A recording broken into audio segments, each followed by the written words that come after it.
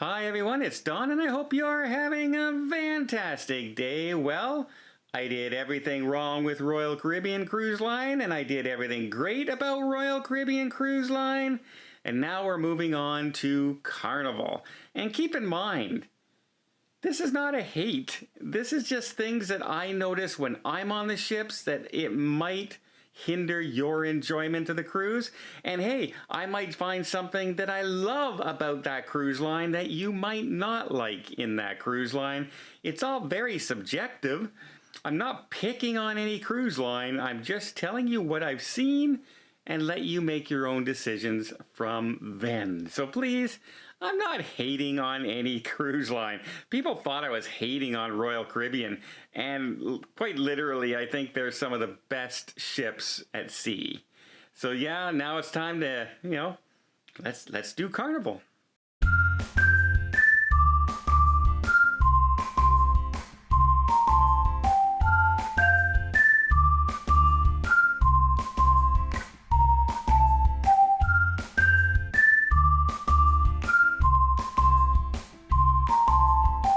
Number one, things that that might be wrong with Carnival Cruise Line is they have a lot more older ships than some of the other cruise line, like Norwegian has a much younger fleet, much newer ships than Carnival Cruise Line. A lot of people do like that because they can get on the smaller ships, they can do that, but they sometimes tend to show their age, even if they've undergone the Carnival 2.0 Fun Ship improvement.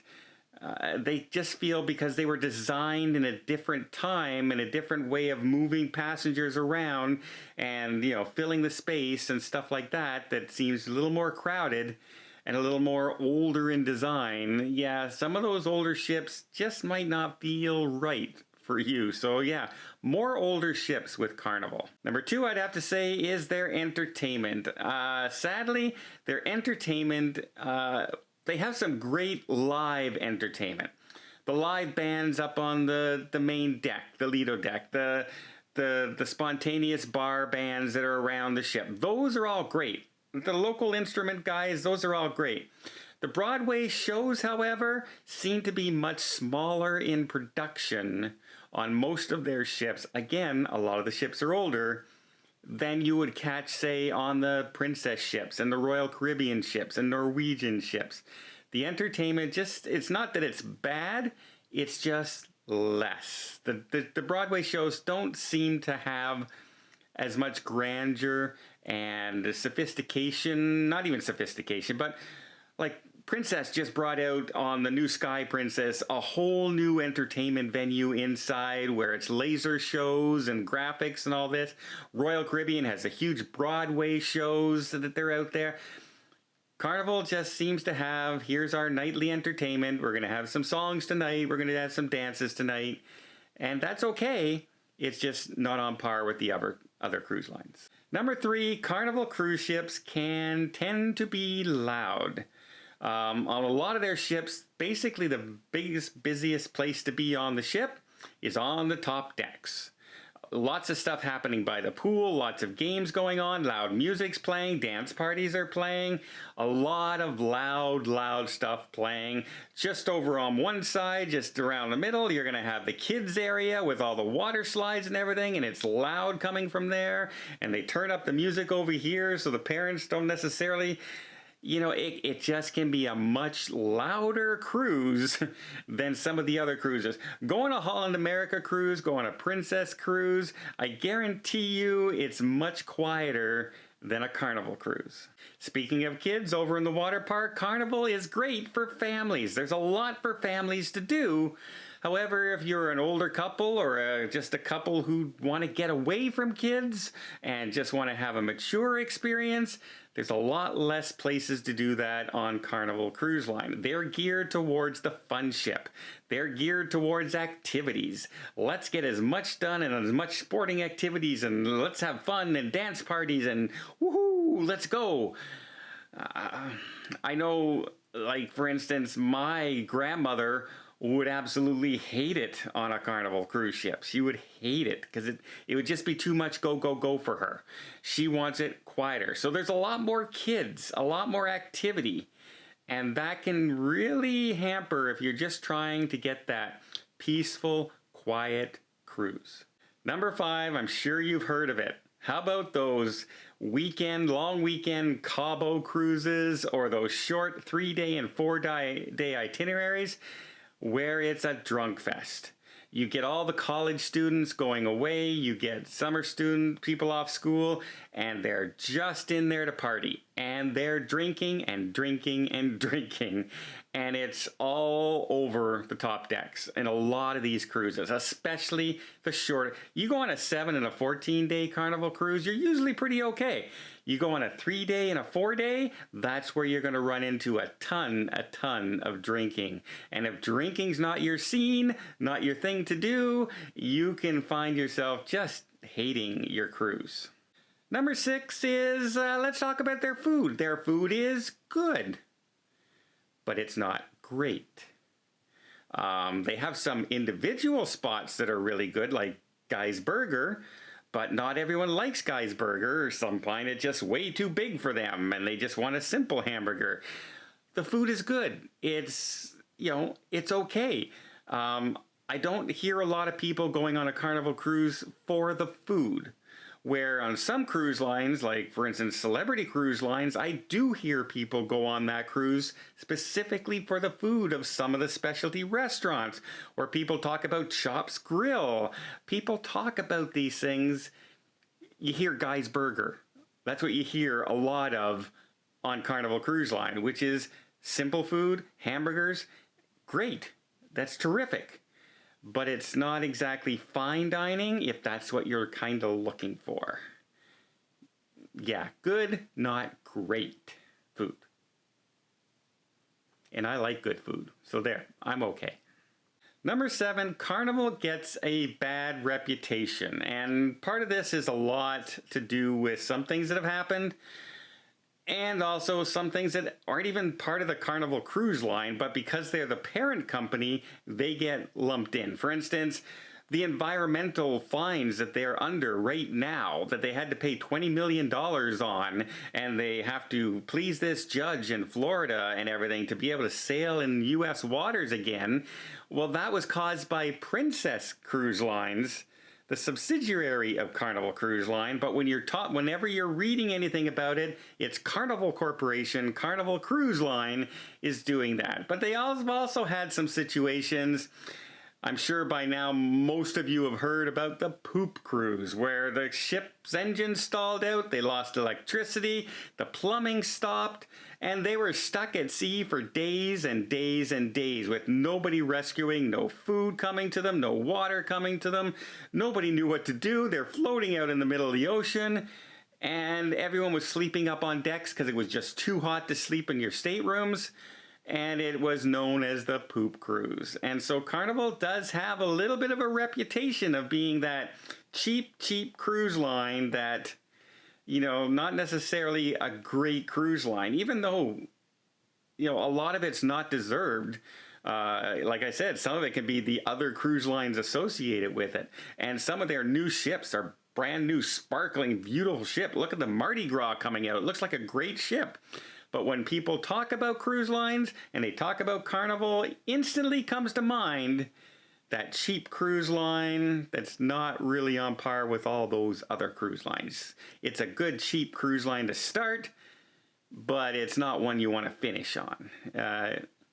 It's just a bad reputation sometimes. Number 8, this kind of goes along with a lot of the other themes on this. Crowded top decks.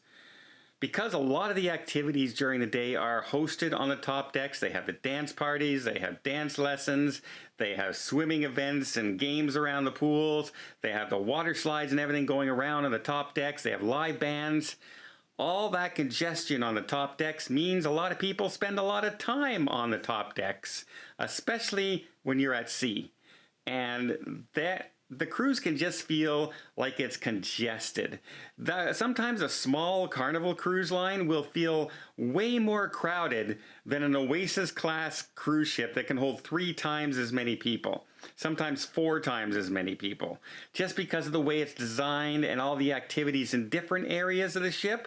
Where Carnival, a lot of their ships, it's all top deck oriented. Oh, look, we have the rope course. It's on the top deck. Oh, look, we have a roller coaster. It's on the top deck. Come enjoy the pool, watch TV. It's on the top deck.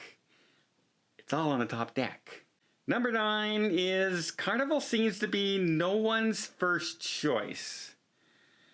And what I mean by that is Carnival Cruise Line is known and people will choose it because, hey, look, I can go on a short cruise and it only costs me this much money to get on the ship.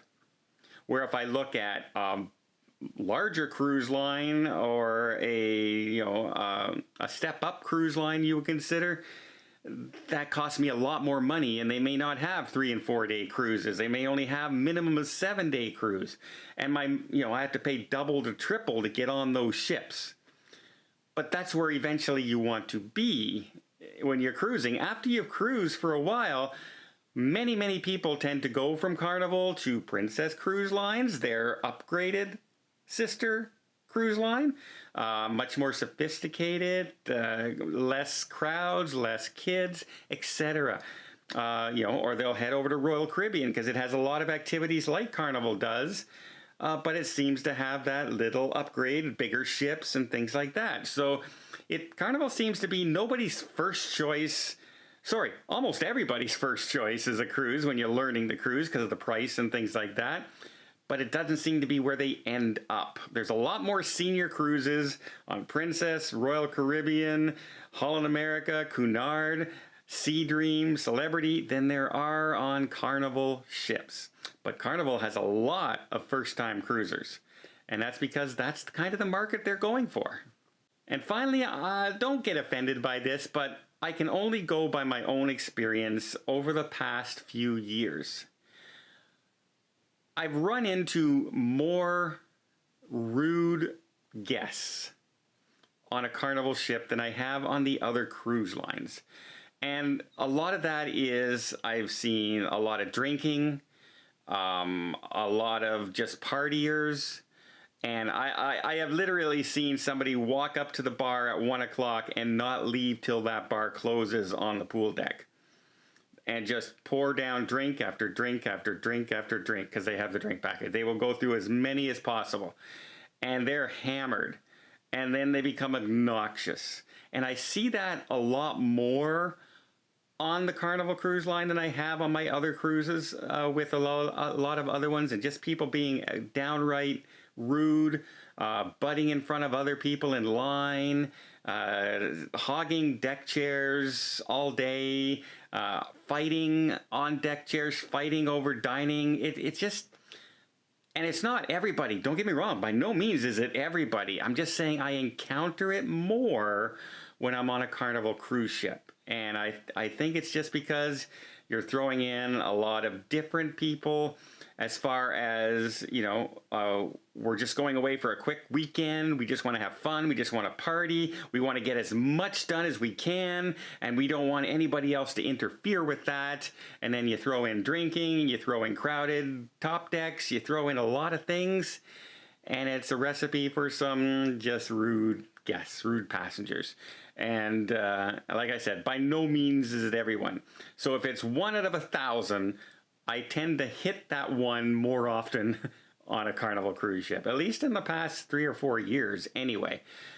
Just my experience. So there you go. That's 10 things that's a little bit wrong with Carnival Cruise Line. Now, get me wrong, they're a great starting cruise line. They're a good cruise line. Some of the new ships look fantastic, so they're changing things around. The 2.0 fun ships and all that. But right now, they still have that little bit of a bad reputation. They still have a lot of older cruise ships, even though they've been selling some off because of the pandemic. They do have those short cruises that have a lot of college students drinking and partying. And if you're an older cruiser, you might not want to be part of that. But it is definitely geared towards somebody. And that's the market they're going for. So there you go. Did I forget anything? Am I being too hard on them? Or is this kind of what you guys have heard as well? Let me know in the comments down below. And in the meantime, I hope you appreciate this video. If you did, please give it a thumbs up. Want to see more tips, more tricks, more travel vlogs from around the world? Hit that subscribe button. Till next time, have yourself a safe and a great vacation.